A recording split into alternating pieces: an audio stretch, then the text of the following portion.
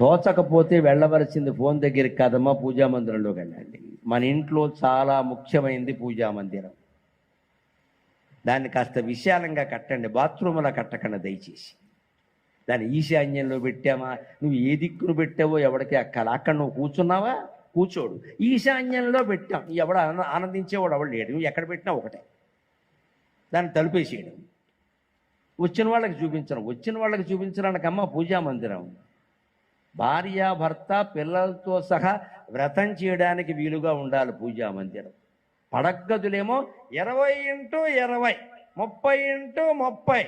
అందులో మంచాలేమో 7x7, 8x8, మొగుడు పెళ్ళాం. ఇంతంత మంచాలు రోగిష్టి వాళ్ళలాగా. వీళ్ళిద్దరు కాదు, వీళ్ళ మధ్యలో ఇంకో ముగ్గురు పడుకోవచ్చు. దేనికండి ఇంతంత మంచాలు? అటు తిరగడానికి లేదు, ఇటు తిరగడానికి లేదు. పోనీ వీళ్ళు ఏమైనా సన్నగా ఉన్నారా అంటే అంతా నెల్లూరు కాంతారో టైపే.